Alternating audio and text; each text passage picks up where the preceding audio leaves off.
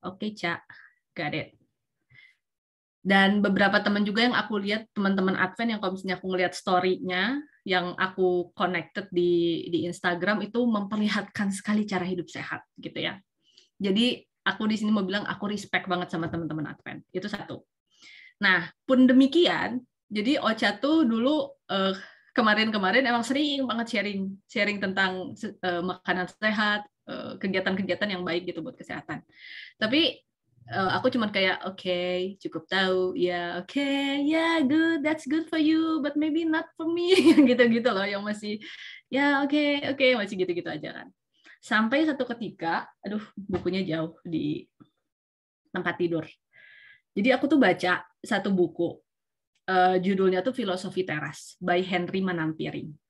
Beliau itu seorang penulis yang, maksudnya gini, bukunya tuh sekarang di Gramet pun masih tetap di top 10 gitu loh, di Gramet manapun. Sebenarnya kalau baca si buku itu, yang dibahas itu sebenarnya tentang manajemen dikotomi kendali gitu. Jadi dikotomi kendali itu adalah kita benar-benar melatih diri kita untuk mengendalikan apa yang emang ada di kontrol kita. Untuk yang di luar kendali kita itu kita nggak perlu ambil pusing gitu, nggak perlu khawatir, nggak perlu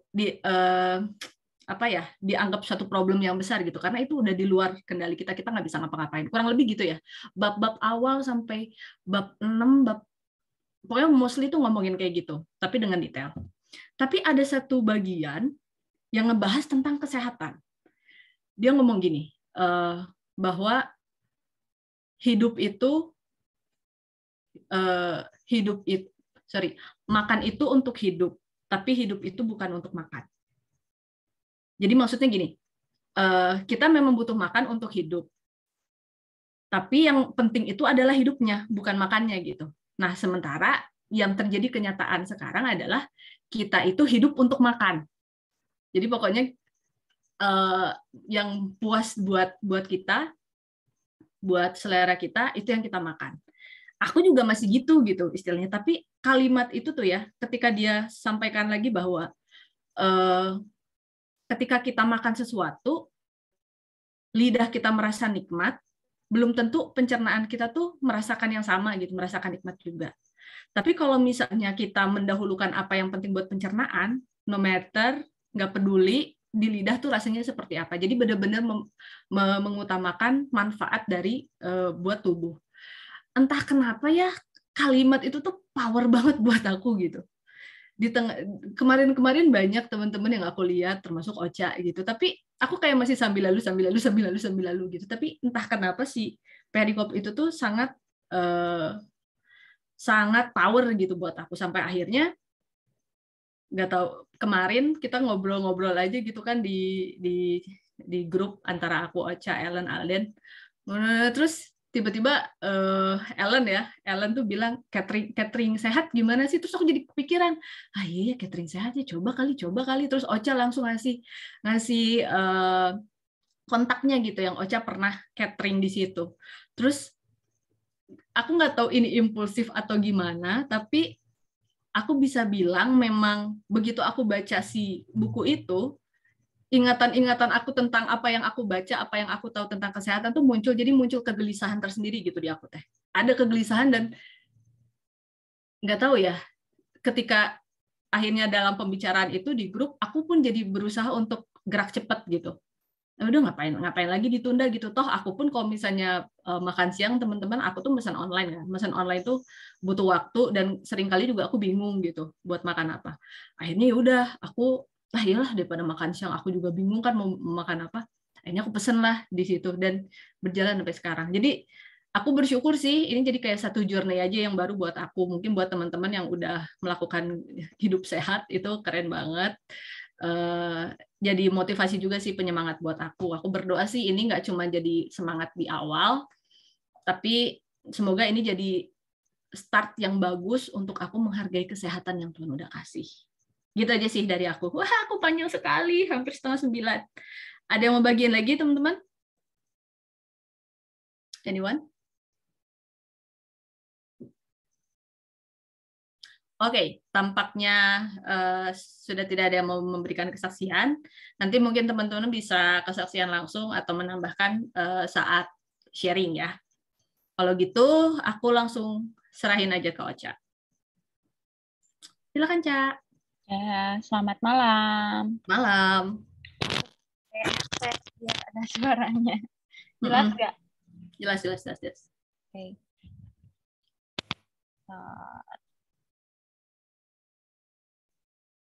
Oke.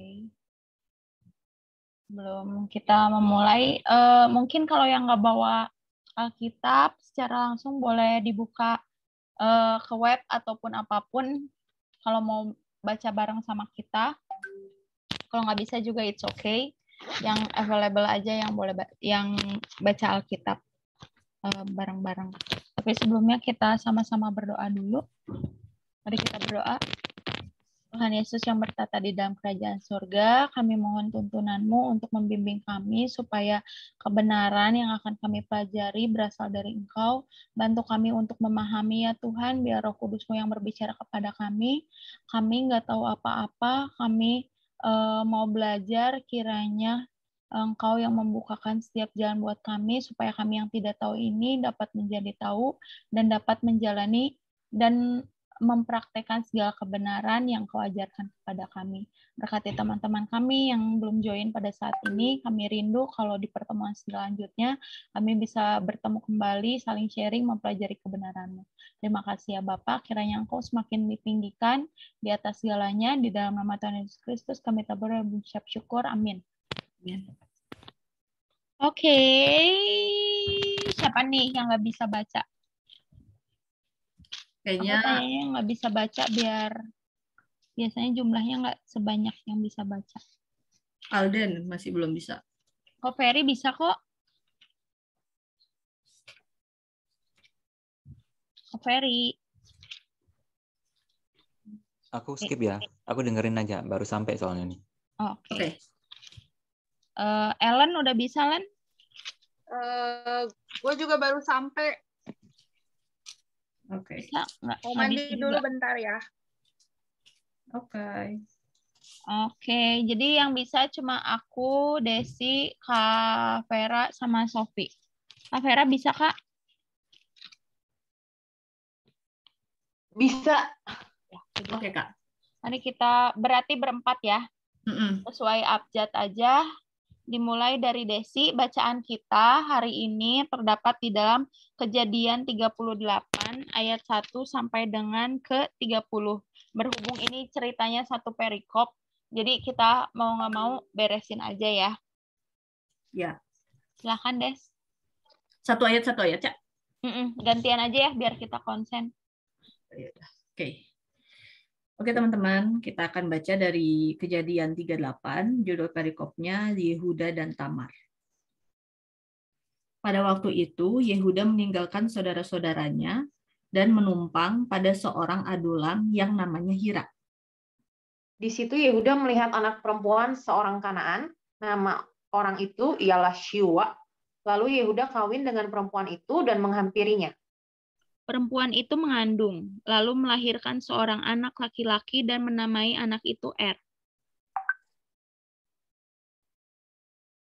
Maaf, di Kejadian mana? Kayaknya aku salah buka di mana? Kejadian 38, sekarang ayat 4. Oke. Ayat 5. 4. Ayat 4. Sesudah itu perempuan itu mengandung lagi lalu melahirkan seorang anak laki-laki dan menamai anak itu Onan. Kemudian perempuan itu melahirkan seorang anak laki-laki sekali lagi dan menamai anak itu Shelah. Yehuda sedang berada di Kezib ketika anak itu dilahirkan. Sesudah itu Yehuda mengambil bagi anak sulungnya, seorang istri yang bernama Tamar. Tetapi anak sulung Yehuda itu adalah jahat di mata Tuhan, maka Tuhan membunuh dia. Lalu berkatalah Yehuda kepada Onan, hampirilah istri kakakmu itu, kawinlah dengan dia sebagai ganti kakakmu, dan bangkitkanlah keturunan bagi kakakmu. Tetapi Onan tahu bahwa bukan ia yang mempunyai keturunannya nanti, sebab itu setiap kali ia menghampiri istri kakaknya itu, ia membiarkan maninya terbuang. supaya ia jangan memberi keturunan kepada kakaknya. Tetapi yang dilakukannya itu adalah jahat di mata Tuhan. Maka Tuhan membunuh dia juga. Lalu berkatalah Yehuda kepada Tamar menantunya itu, tinggallah sebagai janda di rumah ayahmu sampai anakku Sheila itu besar. Sebab pikirnya jangan-jangan ia mati seperti kedua kakaknya itu. Maka pergilah Tamar dan tinggallah di rumah ayahnya. Setelah beberapa lama matilah anak Syua, istri Yehuda.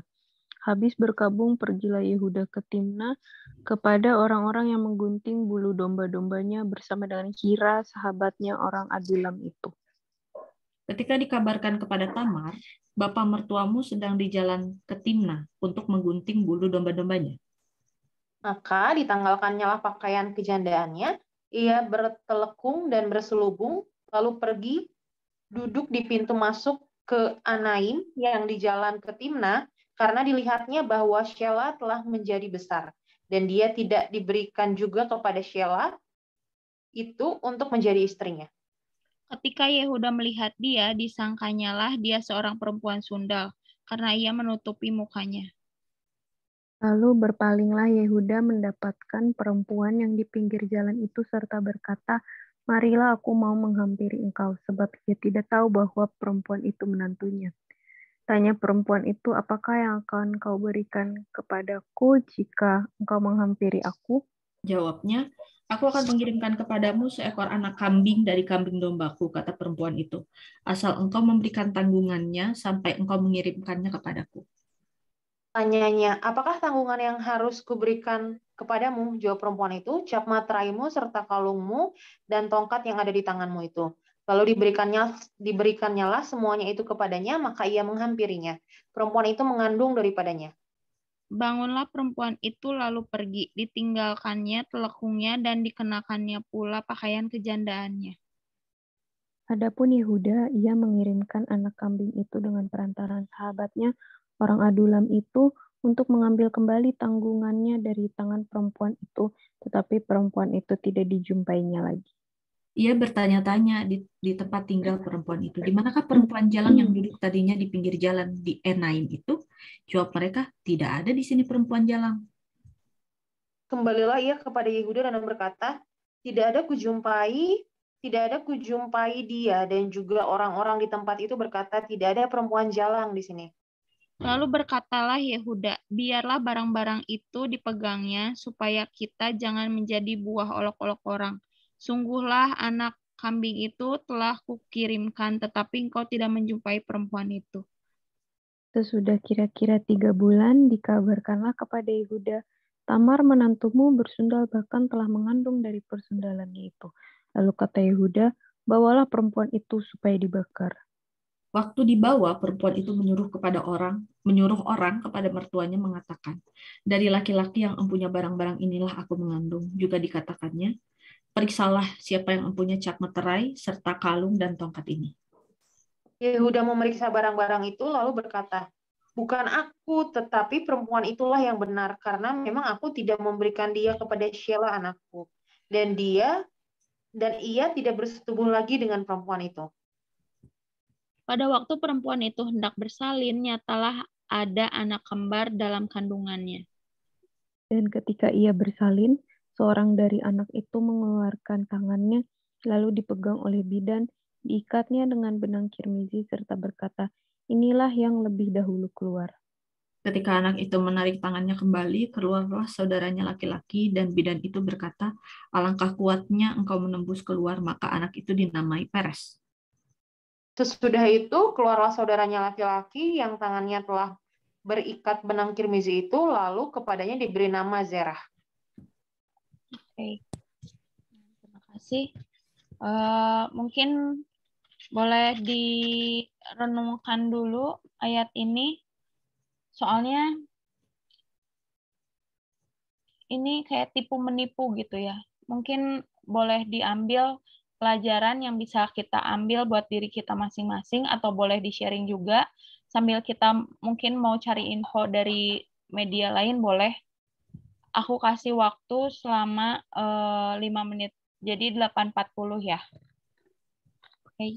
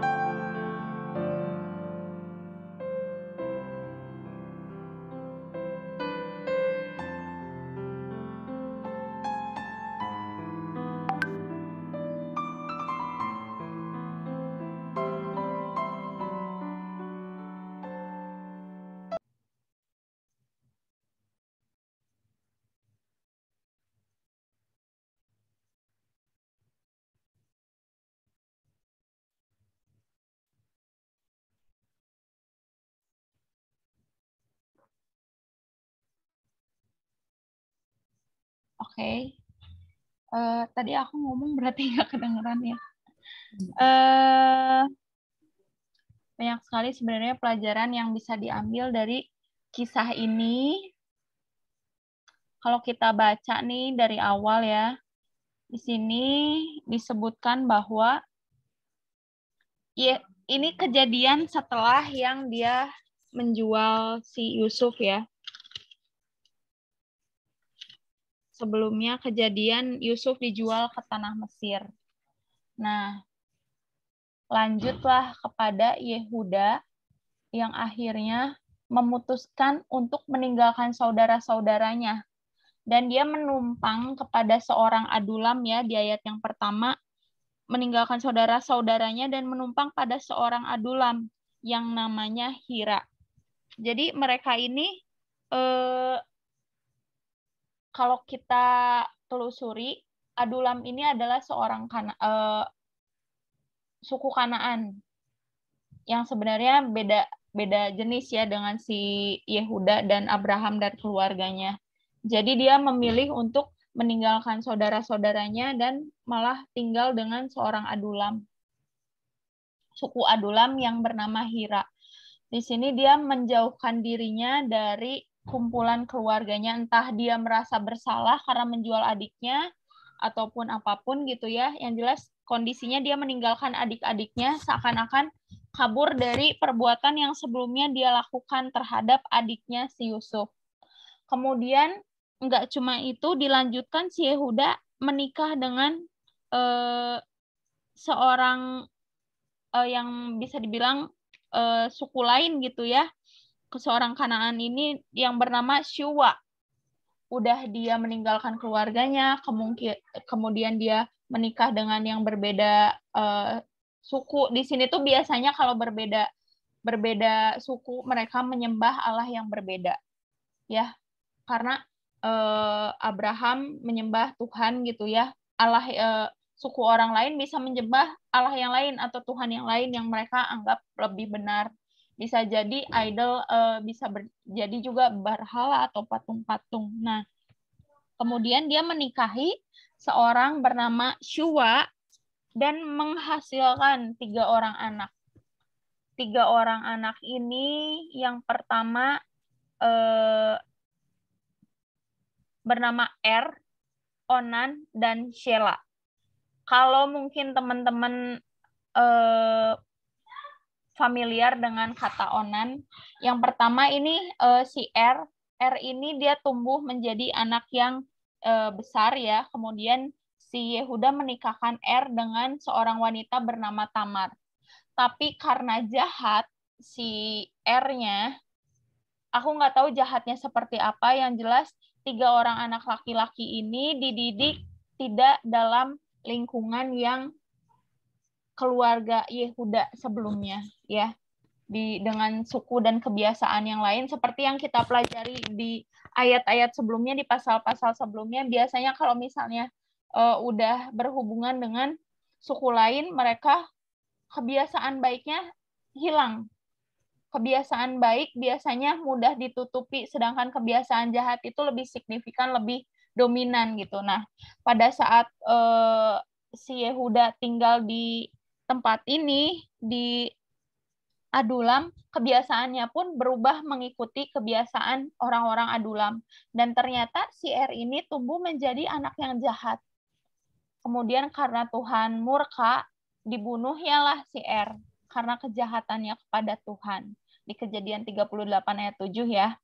Kemudian karena meninggal si biasanya tradisi orang zaman dahulu itu kalau misalnya nggak punya keturunan, si adiknya lah yang melanjutkan dari keturunan kakaknya. Begitu seterusnya kalau misalnya masih punya adik. Menikahlah si Tamar dengan si Onan.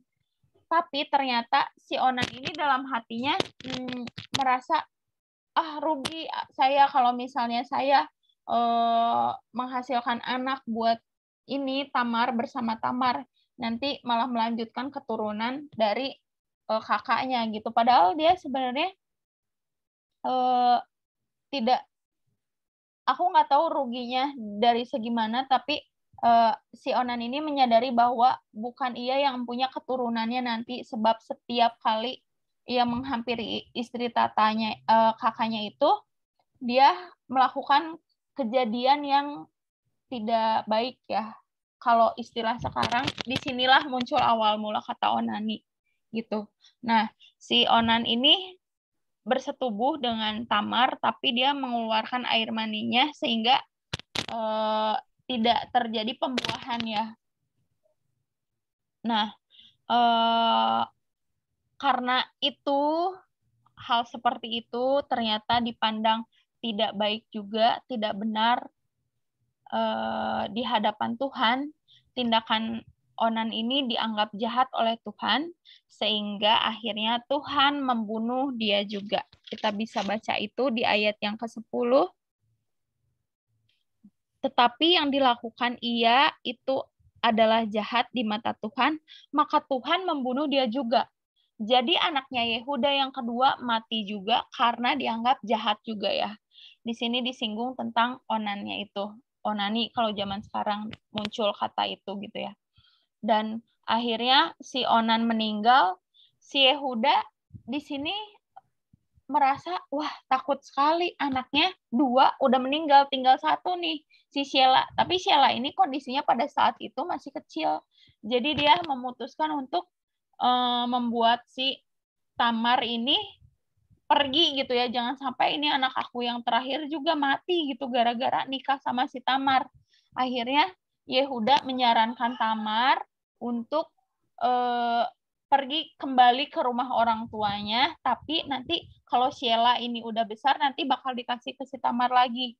Sebenarnya yang dilakukan Yehuda tidak demikian ya. Dia mengikat si Tamar, dia kayak si Tamar posisinya kayak kasihan gitu ya. Dia nikah lagi dengan orang lain yang nggak tahu dia cintai atau enggak gitu.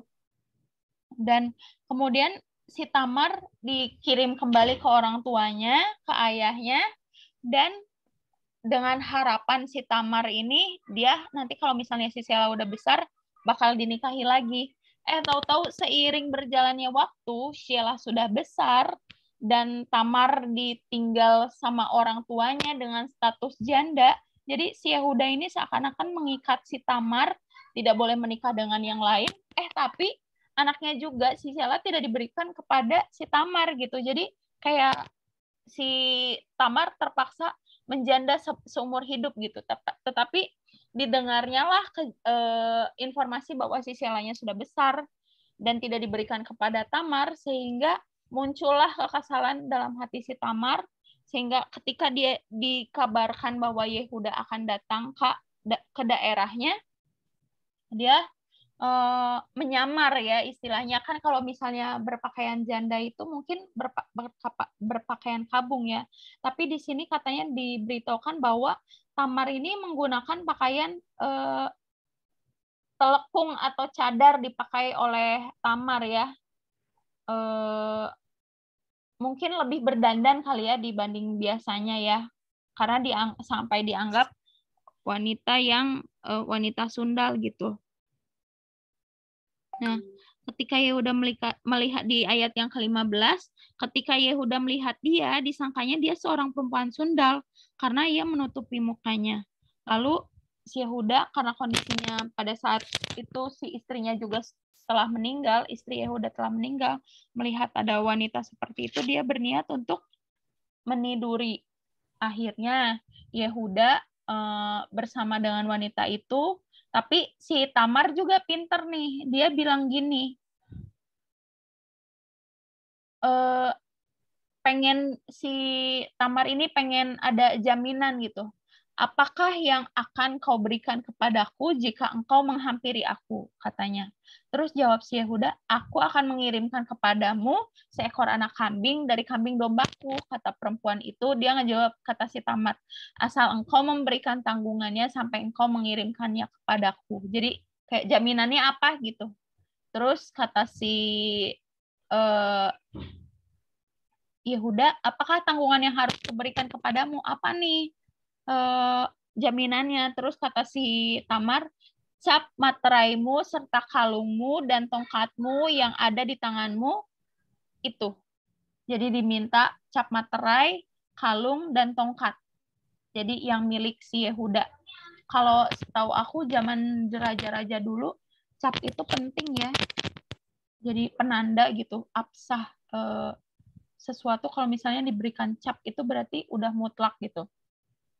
Dan kalung dan tongkatnya ini udah absolut banget nih kalau misalnya ini tanda bukti orangnya itu benar gitu. Kalau misalnya menandakan sesuatu. Misalnya si Ocha itu tanda cincinnya tuh kayak gini, kalungnya tuh kayak gini, tongkatnya tuh kayak gini, itu pasti punya si Ocha. Nah, gitu.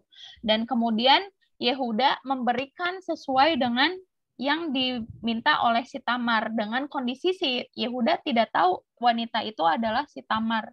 Kemudian terjadilah mereka berhubungan, dan sampailah 3 bulan di ayat yang ke-20, Yehuda ini mengirimkan anak kambing itu dengan perantara sahabatnya, orang Adulam itu, untuk mengambil kembali tanggungannya dari tangan perempuan itu. Jadi si kambing itu mau diberikan, tapi